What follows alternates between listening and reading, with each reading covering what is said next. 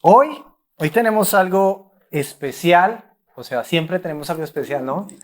Pero me gusta que lo que Dios hace, o sea, Dios es real, Dios está haciendo cosas y nos está moviendo a entender lo que en su palabra dice poco a poco. Lo que decía Ricardo, al principio me parece sorprendente, cómo cada vez que escuchamos algo de Dios, nuestra esperanza crece y no solamente eso, sino que el conocimiento acerca de Él, nuestra tranquilidad y nuestra felicidad debería aumentar a medida que conocemos cada vez más la palabra de Dios. Hoy tenemos un tema que lo hemos llamado de esta forma, como un cristianismo práctico. Lo hemos llamado así porque ¿qué cosas deberían estar en nuestras vidas, ¿no? ¿Qué cosas deberían hacer parte de lo que nosotros hacemos? A veces la gente pregunta, pero ¿cómo sería ser cristiano? ¿Qué es ser un cristiano? Y un cristianismo práctico lo mostraría claramente. Y esto es lo que está mostrando Pablo en esta carta de Filipenses a través de la vida de Timoteo. Porque Pablo describe un carácter de Timoteo. ¿Quién era Timoteo? ¿Qué es lo que está sucediendo para que entendamos el contexto? Pablo está en la cárcel, Pablo está acompañado por Timoteo y Timoteo era un muchacho que tenía una mamá que era judía, pero el papá era griego. Él vivía en un lugar que se llamaba Listra, es una provincia de Roma, y cuando Pablo llega y predica, Timoteo dice, entiendo.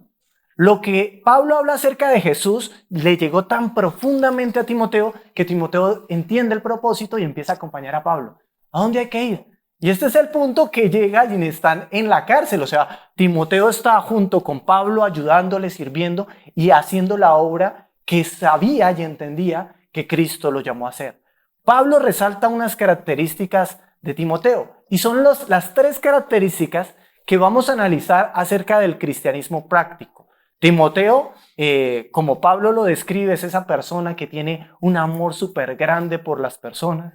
Él entiende lo que es el cristianismo y lo hace de manera fiel.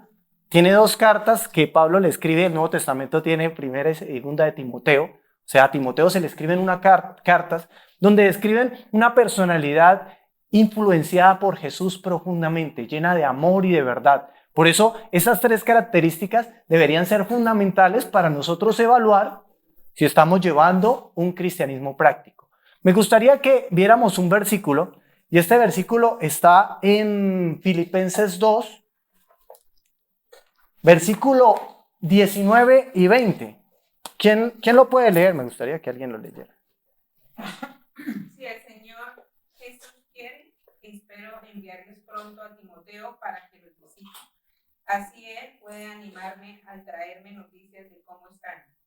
No cuento con nadie como Timoteo, quien se preocupa genuinamente por el bienestar de ustedes. No hay nadie como él, una característica de Timoteo de entre las personas, que se preocupa de verdad por el bienestar de los demás. Una característica que podemos destacar de Timoteo es que tiene una sincera preocupación por el prójimo. Eso es una manera de evaluarnos. ¿Qué tanto nos preocupamos nosotros por los demás? Y no estoy hablando de que si ustedes aman a las personas que los aman, porque ya habíamos escuchado acerca de Jesús que él decía, bueno, hasta los malos aman a los que los aman, pero ¿qué tanto yo amo a los demás? ¿Cómo es mi preocupación? ¿Realmente yo podría evaluar mi preocupación por los demás? ¿Qué tanto me interesan los demás? ¿Por qué? Porque es una característica de una persona que realmente entiende el cristianismo.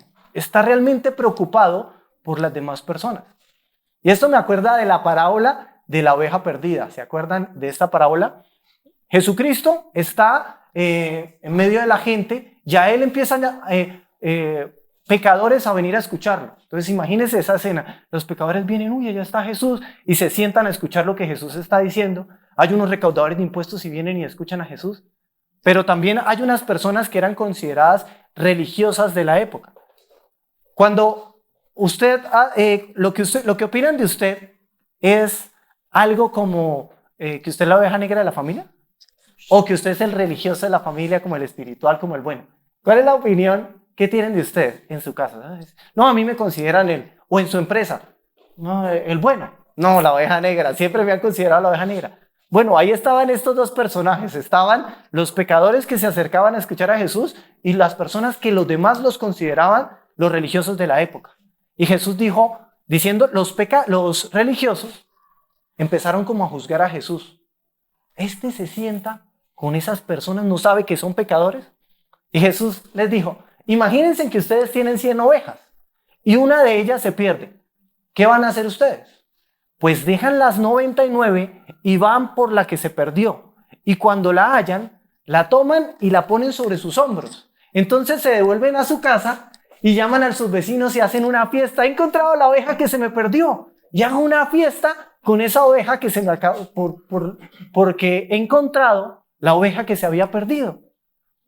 Luego dice el Señor que había más felicidad, que esto significa que hay más felicidad en el cielo por una persona, por un pecador que se arrepiente, que por 99 justos que no necesitan arrepentimiento. Mira el amor. ¿Quién simboliza las ovejas? Esa oveja. Somos nosotros. ¿Sí se dan cuenta que esa oveja que se extravió somos nosotros?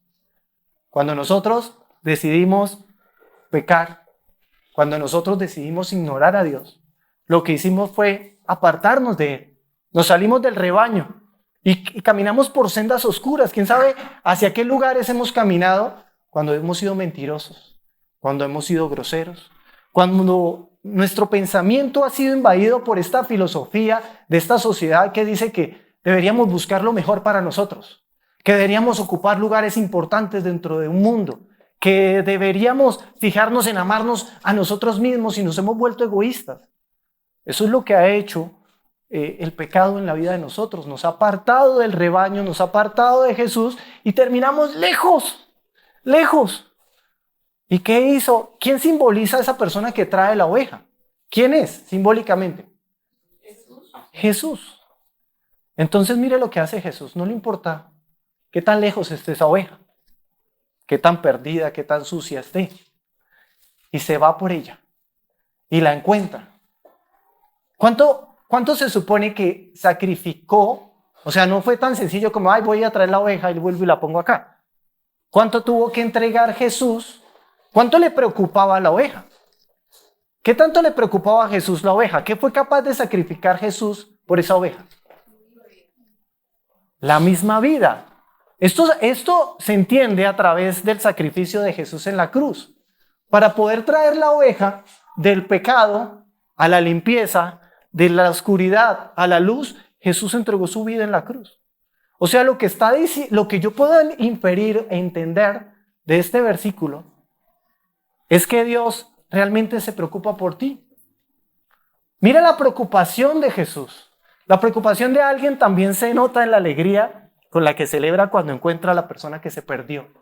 Un solo pecador que se arrepiente, hay una fiesta en el cielo. O sea que cuando Jesús viene y nos dice, porque es algo que la Escritura está clamando constantemente, está diciendo, es hora de que te arrepientas y que le entregues toda tu vida a Jesús. Es hora de que veas a Jesús como lo más importante porque Él quiere rescatarte, porque tú como oveja estás dirigiéndote a la perdición. Si llegas a morir sin Jesús, te vas a ir al infierno. Y Jesús dice, no, le preocupa. Entrega su vida y va por la oveja que se perdió. La pone sobre sus hombros y se devuelve y luego hace una fiesta. Se pone contento, he encontrado la oveja que se perdió, la encontré. Yo puedo entender algo ahí. Y es que realmente Jesús está preocupado por mí. Realmente le importo porque Él deja el cielo y la comodidad. Él vive una vida de abnegación porque le interesa rescatar mi vida del pecado. Tú eres importante para Jesús. Para Jesús tú eres muy valioso, inclusive al punto de que Él no le importó entregar su vida porque tú valías más que eso.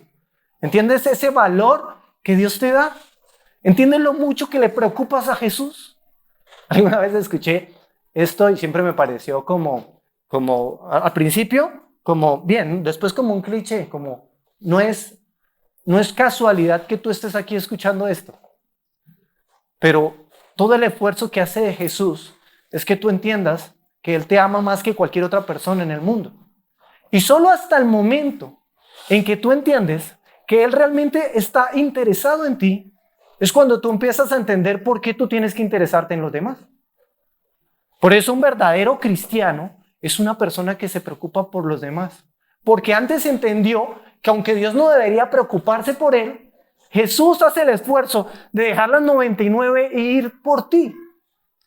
Esa interiorización de esta idea en la que yo entiendo que realmente le preocupa a Dios me hace entender el verdadero amor. Y solamente alguien que ha entendido ese verdadero amor puede dar de ese amor. Yo no puedo dar de lo que no he recibido, pero si he recibido esto, entonces yo puedo darlo. Primera característica que yo debería evaluar, ¿realmente yo estoy amando a los demás? ¿Sí? ¿Realmente estoy preocupado por los demás? Pero hay otra muy bonita, y ahora yo quiero que pensemos que esto es un mensaje de esperanza, ¿no? Es un mensaje en el que Dios me llama a darme cuenta de que Dios tiene cosas muy hermosas para mí. O sea, Él me llama con un propósito, tiene algo especial, quiere revelarme cosas. Primera característica dijimos que era el preocuparme por los demás. En este pasaje de Filipenses 2, versículo 21, ¿cierto? Encontramos lo siguiente. Yo quiero que leamos el versículo 21. ¿Quién lo puede leer? Dice el 21, pues todos los demás buscan sus propios intereses y no los de Jesucristo. Los intereses de sus propios intereses es algo que dijimos al principio, es esta filosofía de la sociedad en la que vivimos. O sea, ¿cómo puedes potencializarte? ¿Cómo puedes buscar más de tus propios intereses? ¿Cómo haces para amarte más? Eso es lo que te dice la sociedad. ¿Cómo logro más dinero? ¿Cómo logro un mejor estatus? Pero el evangelio no es eso. Y Jesucristo no está enfocado en eso. ¿Cuáles son los intereses de Cristo? Un verdadero cristiano conoce qué es lo que Cristo quiere y su vida está completamente comprometida con los intereses de Jesús. ¿Cuáles son los intereses de Jesús? Cuando Jesús caminó con nosotros, su principal interés era salvarnos de la condenación eterna.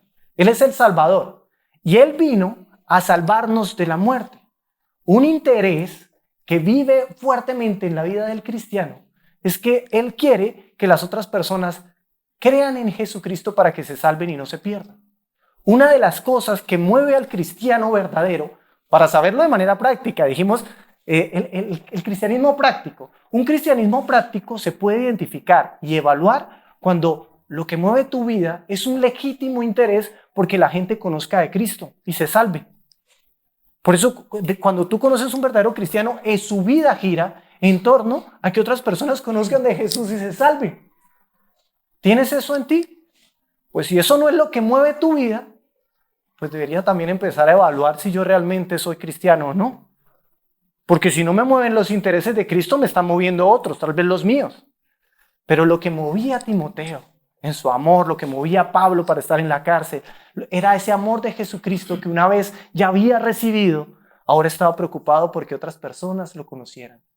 Un segundo interés que tuvo Jesucristo, los intereses de Jesucristo. Tengamos en cuenta esto en el segundo punto, porque lo relevante es tener en cuenta qué es lo que para Cristo era importante. Y para Cristo era importante hacer discípulos. Gran parte de su tiempo se dedicó a su iglesia, a construir la iglesia. Y hacía discípulos y les enseñaba. Y los sentaba y les hablaba acerca de cómo caminar con Él, cómo conocerlo más, quién era el Padre. El interés de Jesucristo es su iglesia. La Escritura nos muestra que Él es el esposo y la iglesia es como la novia de Cristo. Algunos de nosotros pensamos tal vez cosas como, ¿será que yo puedo ser amigo de Dios y no ser amigo de su esposa? ¿Será que se puede? Imagínese a alguien que le dijera así, siendo usted esposo de alguien, yo soy amigo suyo, pero yo a su esposa no la quiero. Uy, pues si no la quiere a ella, no me puedo querer a mí. Y esto es lo que pasa con esto del interés de Jesús. Jesús está interesado en su iglesia, por eso, ¿se acuerdan las palabras que Jesús le dice a Pedro cuando se lo encuentra después de la resurrección? Pedro, ¿me amas? ¿Alguien se acuerda qué le responde Jesús? Si me ama, sí, Pedro, le contesta Jesús y le contesta a Pedro. ¿Y qué le responde Jesús? Cuida mis ovejas. Lo más importante para Jesús, los intereses de Jesús son sus ovejas. De hecho, cuando Él vuelva va a preguntar, ¿y mi encargo? ¿Y mis ovejas? ¿Lo que le dejé? Mire que el verdadero cristiano podría evaluarse en esto, en que si yo realmente quiero que la gente conozca a Cristo y realmente estoy interesado en su iglesia, en lo que para Él es importante, ¿qué es lo que mueve a Jesús? Dice que una parábola dice que cuando Él se va, Él me encarga la viña para que yo le dé alimento a los suyos. Y cuando Él vuelva, Él va a preguntar, ¿hiciste lo que te encargué? Una manera muy buena de decir, oiga, ¿estoy viviendo un cristianismo práctico o estoy viviendo un cristianismo, no sé, filosófico y pensando en muchas otras cosas menos en los verdaderos intereses de Jesús? El verdadero cristiano, los intereses de Jesús giran en torno a que la gente conozca a Cristo y en torno a que su iglesia crezca, a la importancia de su cuerpo, de la iglesia. Bueno, les decía que son 3 características y podríamos quedarnos en una de ellas para profundizar, pero una tercera característica la podemos sacar de un versículo en Filipenses. Si tienen la Biblia en los celulares, la pueden sacar. Si no, igual lo vamos a tener en la pantalla. En este versículo de 2 de Filipenses, versículo 22, nos dice la última característica de estas 3, la 22. ¿Quién la puede leer? ¿Quién dijo yo? Pero ustedes conocen bien la entereza de carácter de Timoteo, que ha servido conmigo en la obra del Evangelio, como un hijo junto a su padre. Así que espero que continúe. No, dejémosla ahí. Timoteo tiene algo en especial, y es que lo que resalta en su vida es su carácter. Y eso lo vemos en las otras cartas que Pablo le escribe a Timoteo. Quiero que ustedes se fijen algo y es en el carácter. Por eso, el tercer punto implica que un verdadero cristiano está preocupado en desarrollar su carácter. Es algo que a veces nosotros ignoramos, pero una persona de carácter es una persona que no se deja guiar por sus emociones, sino que sus principios lo mueven. Una persona de carácter no es como ese niño, es todo lo contrario a ese niño malcriado, porque él no ha desarrollado su carácter. Entonces, papá, es que yo quiero esto, y si no hace un berrinche. Pero el cristiano de carácter aprende que no siempre puede tener todas las cosas y lo ha desarrollado para tomar esas decisiones cuando son difíciles. Porque amar a sus enemigos, amar a su iglesia, amar a las personas que nos rodean, ¿qué tanto se produce en nuestro corazón ese deseo?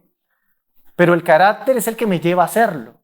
Y cuando lo hago es cuando lo empiezo a desarrollar. Aunque yo no lo sienta, pero sé que es lo correcto porque sé que son los intereses de Cristo. Entonces, un cristiano verdadero es alguien que se desarrolla, que está comprometido con el desarrollo de su carácter.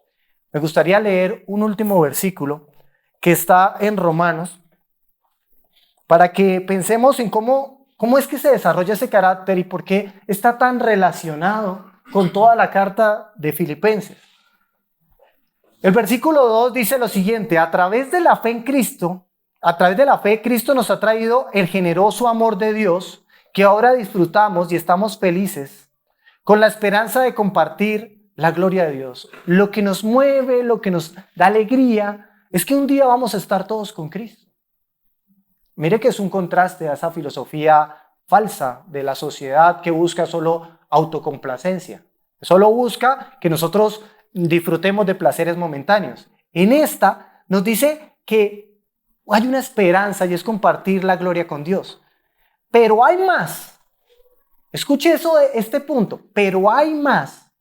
Podemos sentirnos felices aun cuando tenemos sufrimientos, porque los sufrimientos nos enseñan a ser pacientes. Si tenemos paciencia, nuestro carácter se fortalece y con un carácter así, nuestra esperanza aumenta. Y esa esperanza no nos va a fallar porque Dios nos dio el Espíritu Santo, quien ha derramado el amor de Dios en nosotros. Así empezamos la charla de hoy. Dios ha derramado el amor en nosotros. ¿Realmente usted ha dejado que ese amor entre en su vida como algo que se derrama? como un vaso que se derrama, como que el Espíritu entró y su amor empezó a llenarlo completamente. Porque cuando es así, aún en los momentos de sufrimiento, nos podemos alegrar. Y eso que estamos sufriendo es algo para alegrarnos porque produce en nosotros paciencia. ¿Y la paciencia qué va a producir? Carácter. Y el carácter es eso que distingue al cristiano. O sea que el sufrimiento es parte de lo que el cristiano necesita tener. Y en ese sufrimiento yo desarrollo mi carácter. Yo tengo que ser consciente de lo que Cristo quiere para mi vida. Y esto que Dios quiere para mi vida es que yo sea consciente de que tengo que trabajar en mi carácter. Tengo que trabajarlo. Tengo que ser consciente de que, aunque no me guste hacer muchas cosas, tengo que empezar a hacerlas. Porque esto va a aumentar la esperanza y me va a ayudar a entender el camino que Dios tiene para mí. Jesucristo nos está haciendo un llamado. Y nos está haciendo un llamado a que tú dejes esa vida que llevas y le entregues toda tu vida a Jesús. Dejes esa vida enfocada en ti y te entregues por completo a Jesucristo, porque es el único que te puede dar felicidad en estos momentos. Desarrollará tu carácter y podrás ser un verdadero cristiano. En resumen, 3 puntos, 3 características que me gustaría que nos sirvieran de evaluación todos los días, porque esto es lo que al final nos va a traer la felicidad. La primera de ellas, ¿cuál era? El verdadero cristiano se preocupa por los demás. Verdadero cristiano se preocupa por los demás. La segunda característica que podemos evaluar. Conoce los intereses. Y la tercera. Trabaja. Yo quisiera que oráramos pensando en esto, porque el trabajar en esto va a traer en nuestras vidas la verdadera felicidad. Esta felicidad que no está sujeta a si tengo o no tengo dinero, a si tengo o no tengo salud. Todo lo contrario, lo que Jesús está diciendo para los que el amor de Dios se ha derramado en ellos es que pueden estar felices. Realmente pueden estar felices en el medio del sufrimiento, porque eso va a producir cosas buenas en ellos. Oremos. Señor Jesucristo, te damos muchísimas gracias, porque tú nos muestras no un cristianismo solamente en el papel, y nos dejas entender que la manera práctica de acercarnos a ti es llenarnos con tu amor, con ese amor del que tú nos mostraste cuando fuiste por nosotros y nos rescataste, de ese significado que tiene el dejar las 99 ovejas y venir por nosotros. Gracias porque realmente no merecíamos, quisimos caminar lejos de ti y tu amor nos alcanzó, nos trajo y encima haces una fiesta porque nosotros volvemos. Encima te pones contento porque un pecador se arrepiente. Qué gran amor nos has mostrado, Señor. Permíteme tener ese carácter que tú tienes en mi vida. Permíteme ser consciente para empezar a desarrollarlo. Quiero desarrollar ese carácter aun cuando hay cosas que no me gusten hacer mucho. Permíteme también, Señor, ser consciente de cuáles son tus intereses, porque de seguro que me he preocupado mucho más por los míos. Te doy gracias por haberme mostrado esta revelación de tu palabra, que siempre estaba clara, que siempre ha estado ahí frente a mis ojos y que por mucho tiempo ignoramos. Gracias por tu amor, por tu perdón. Hoy lo recibimos en el nombre de Jesús. Amén y amén.